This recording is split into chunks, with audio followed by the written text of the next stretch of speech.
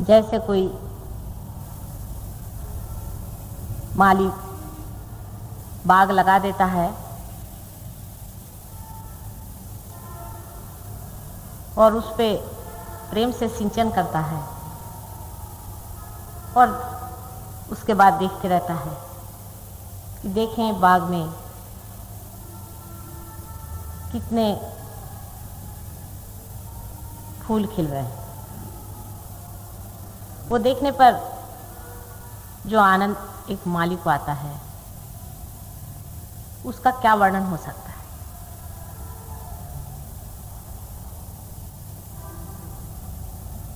कृष्ण नाम का अर्थ होता है कृषि से।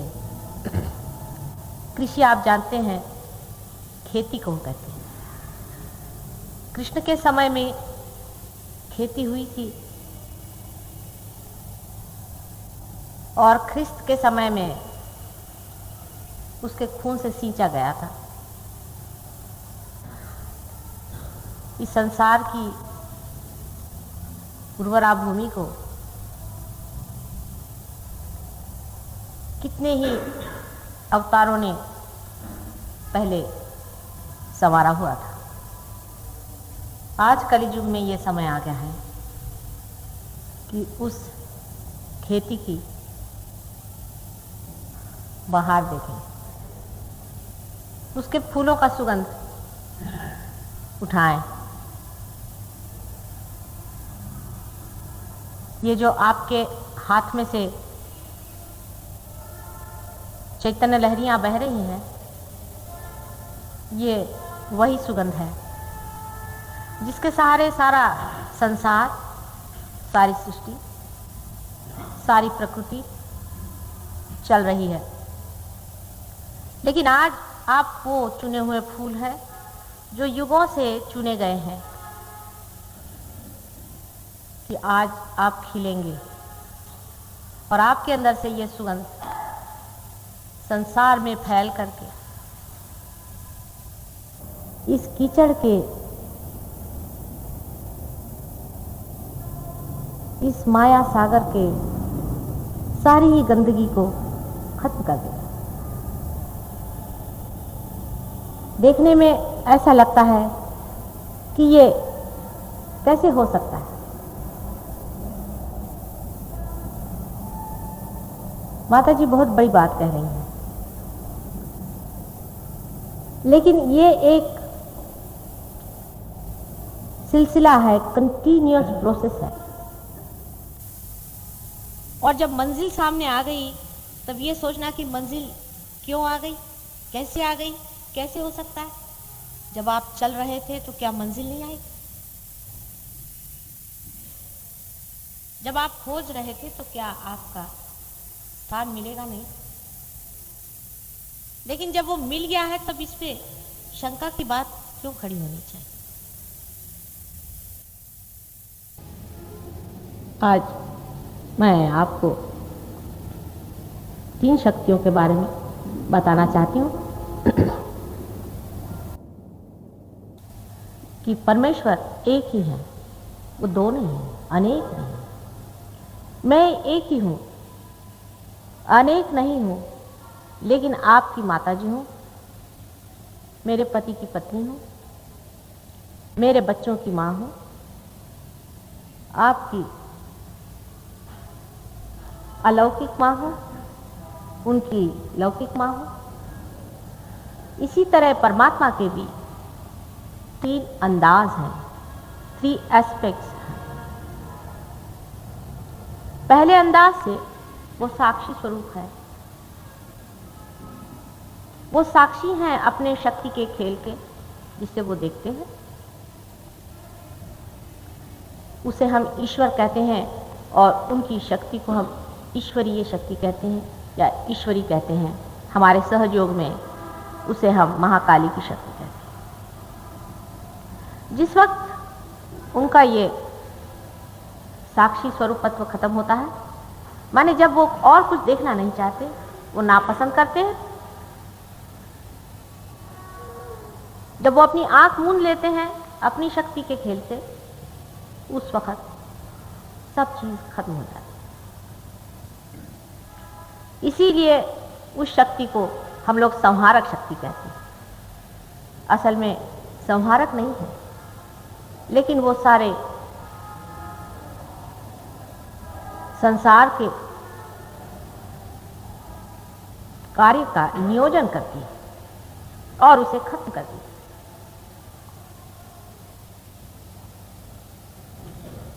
दूसरी शक्ति जो परमात्मा उपयोग में लाते हैं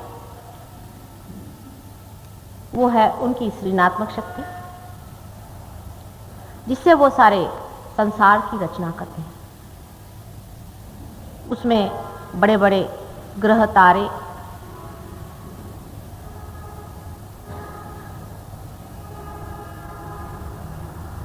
निर्मित होते हैं, जिससे वो पृथ्वी की एक परम पवित्र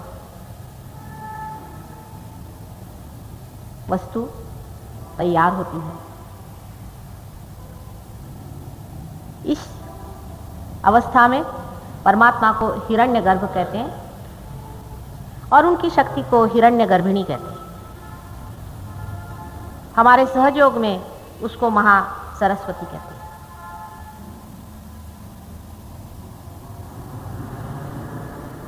तीसरी परमात्मा की जो शक्ति है वो विराट स्वरूप, विराट शक्ति है, जिस शक्ति के द्वारा संसार में जीव पैदा होते हैं, उनकी उत्क्रांति यानी इवोल्यूशन होता है।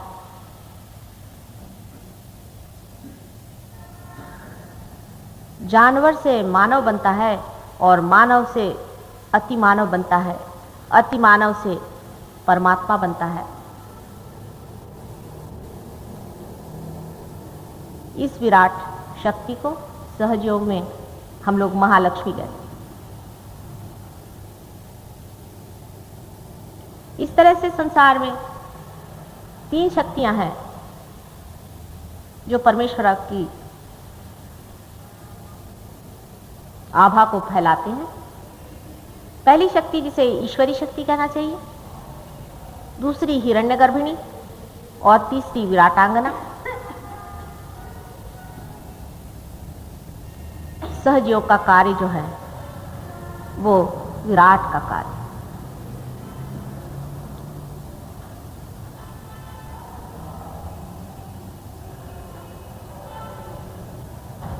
मनुष्य के अंदर भी परमात्मा ने ये तीनों ही शक्तियां दी। एक शक्ति से मनुष्य जो कुछ भी मरता है उसे संचित करता है, वो महाकाली की शक्ति है। एक शक्ति से जो भविष्य के लिए वो चिंतन करता है, प्लानिंग करता है, थिंकिंग करता है, सोचता विचारता है, वो महासरस्वती की शक्ति है। और जिस शक्ति के द्वारा वो उत्क्रांति पाता है, इवॉल्व होता है,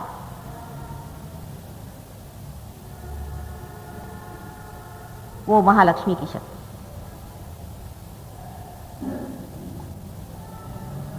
इन तीनों शक्ति का मिलाप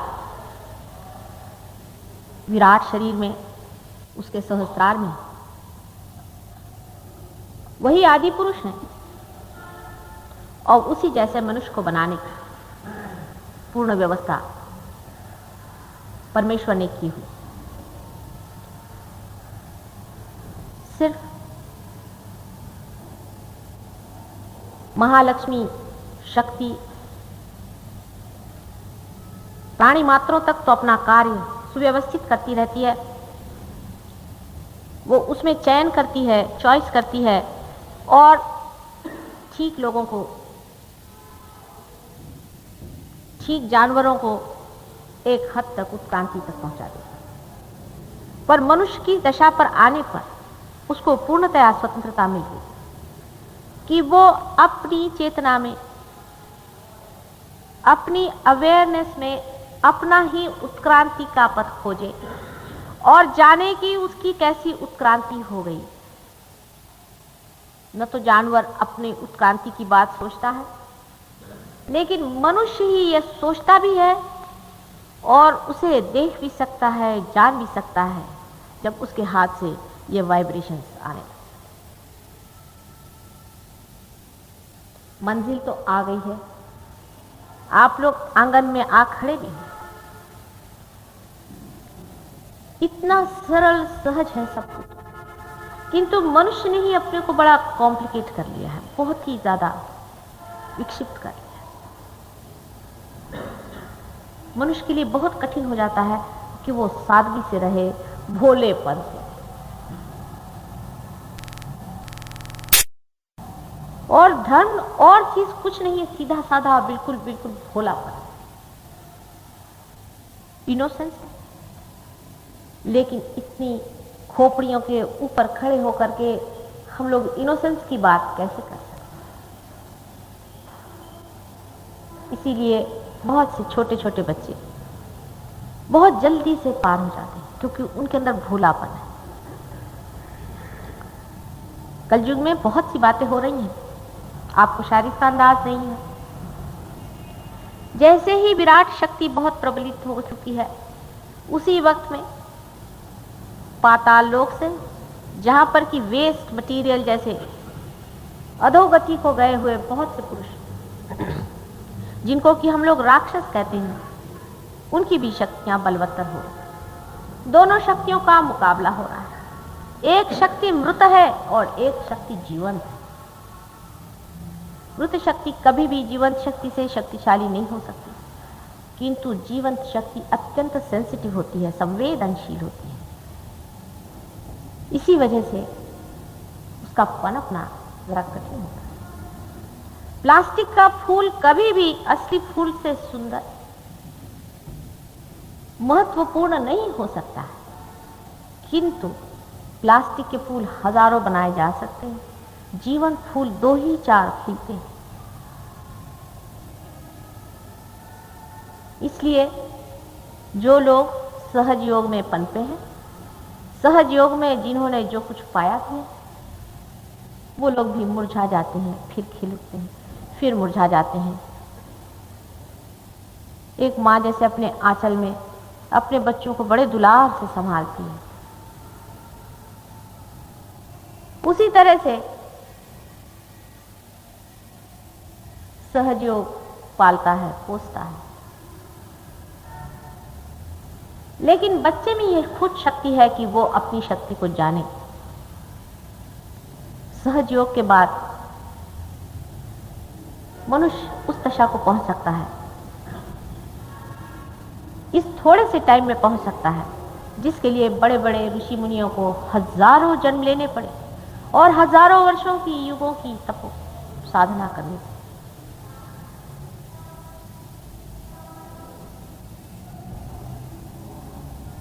हम लोगों के परम भाग्य किस समय हम सब लोग इस विशेष युग में पैदा हुए हैं। सामान्य ही लोग हैं, असामान्य कार्य के लिए पैदा हुए।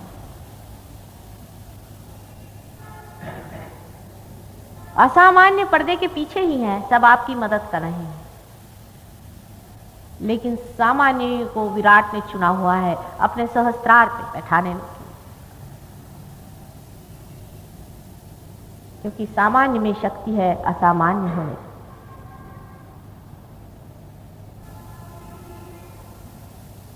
किंतु सहज योग में सबसे पहली बात है कि अंदर में भोलापन होना चाहिए और शांति करो, शांत, संतोष करो। किसी न किसी को कोई न कोई दुख है, कोई न कोई परेशानी है, उलझन है। लंदन में एक साहब कहने लगे, वियतनाम में इतनी युद्ध हो रहा है, आप ये क्या बात कर रहे हैं? मैंने कहा, तुम कोई वियतनाम जा रहे हो, तुम्हारे वहां के प्राइम मिनिस्टर हो, तुमको उसकी परेशानी क्यों? भाई तुम अपना अंदर का देखो। छोटी छोटी चीजों से अपने जीवन को भर नहीं लेना चाहिए। एक आंख में अगर तिनका भी चला जाए तो आंख खराब हो सकती है, उसका कोई महत्व नहीं है।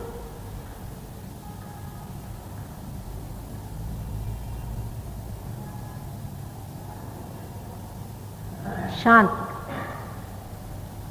क्योंकि वो समय आ गया है जब परमेश्वर का राज्य इस संसार में आने वाला है। संतोष रखो, सहयोगियों को चाहिए कि और लोगों से ज़्यादा शांतिपूर्ण रहें, संतोष से भरे रहें, खिले रहें और अपने आनंद से सारे संसार को भरते रहें।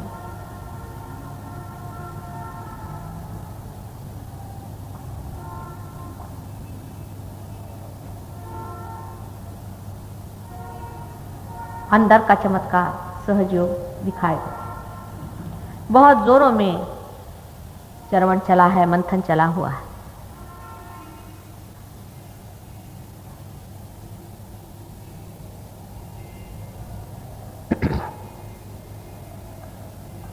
आप में से कोई लोग नए भी आए हैं यहाँ पर, कोई लोग बहुत पुराने हैं, कोई नहीं आते हैं, खट से कहाँ पहुंच जाते हैं, और कोई पुराने हैं यही बैठे।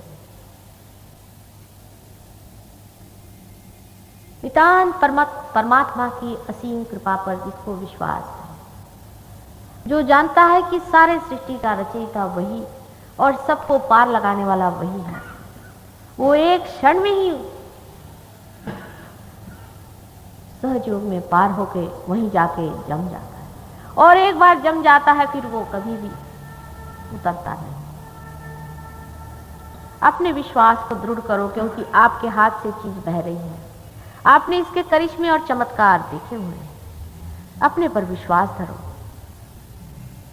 अपने को जानो।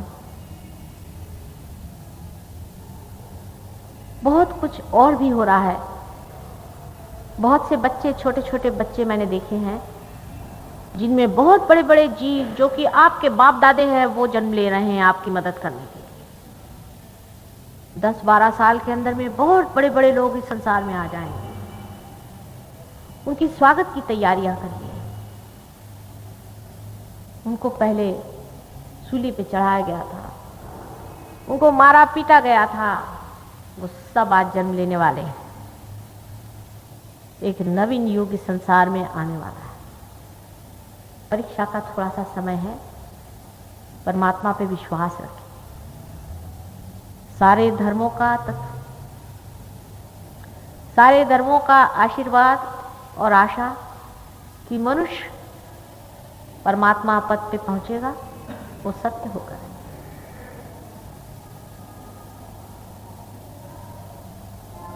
हम लोग थोड़ी देर ध्यान में जाएंगे।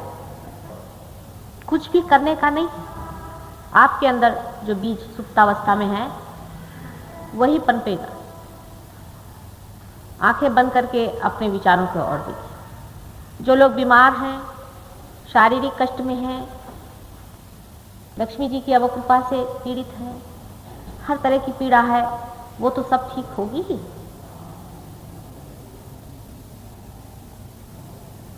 लेकिन जो असली मेहमान है उसका आना जरूरी है।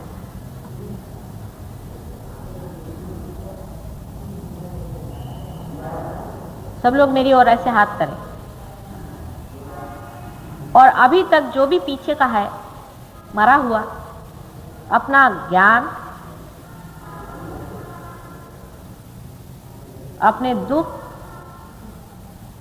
अपनी तकलीफें और जो कुछ भी आगे का सोच रखा है, आशा निराशा और दुनिया भर की चीजें जिससे आप त्रस्त हैं, वो सब को छोड़ करके इस क्षण, इसी क्षण, नाउ एट दिस मोमेंट जागरूक हो जाए।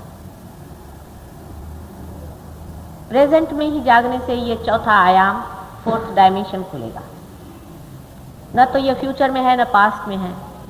इसलिए इसी क्षण वो मिलना चाहिए। यही क्षण महत्वपूर्ण है। जहां आप बैठे इसी क्षण वहां कूदना है और उससे आगे भी बढ़ना है। इसी क्षण में जागना ही सहज योग है, स्पॉन्टेनियस सैल्वेशन।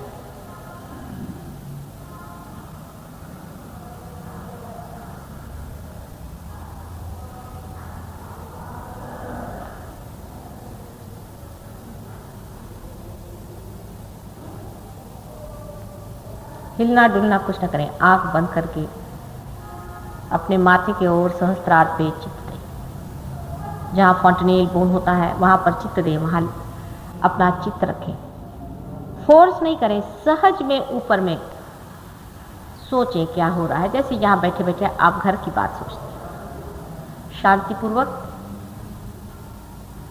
और धीरे धीरे आपके हाथ में, पहले हो सकता है किसी किसी को थोड़ी बहुत जलन हो, थोड़ी बहुत, उसे ज़रा झटक लें अगर जलन हो तो, और अगर जलन नहीं हो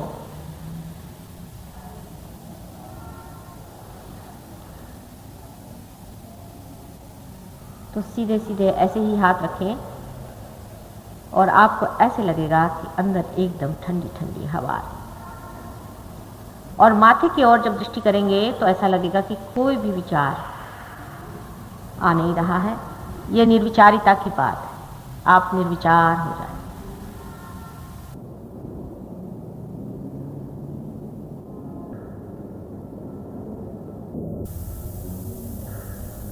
एकदम अंदर से शांत होकर बैठें, एकदम से शांत होकर मन से कहना, हो गया, बहुत कुछ तो समझा रहा है, मत मुझे समझा कुछ, अब मुझे वही जाना है। यही मन जो आपको बहका रहा है, यही आपकी परीक्षा कर रहा है, उसे कहना बस कर दे।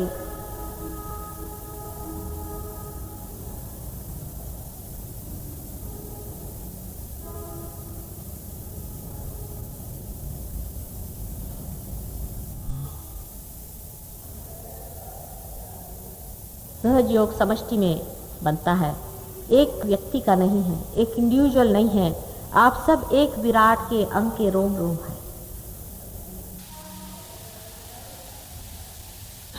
एक व्यक्ति पर निर्भर नहीं है।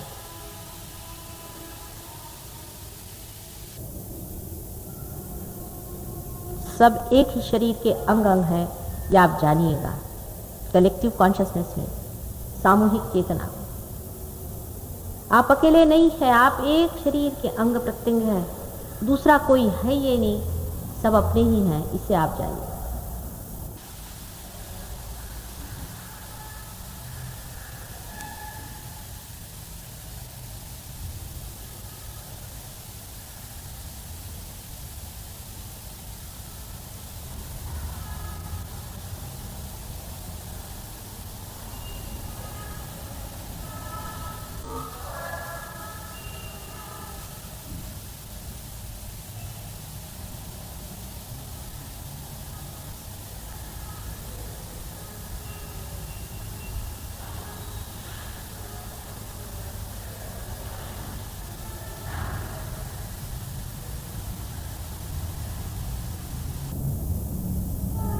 जो लोग आज आए हैं, पहले कभी नहीं आए हैं, वो बैठे ही रहें। जो लोग पहले आ चुके हैं और जो पार हो चुके हैं, जो लोग जानते हैं, वो धीरे से उठ के पीछे की ओर जाएंगे, एक एक करके धीरे जाएं, पीछे में खड़े हो जाएं और बाकी लोगों को देखें।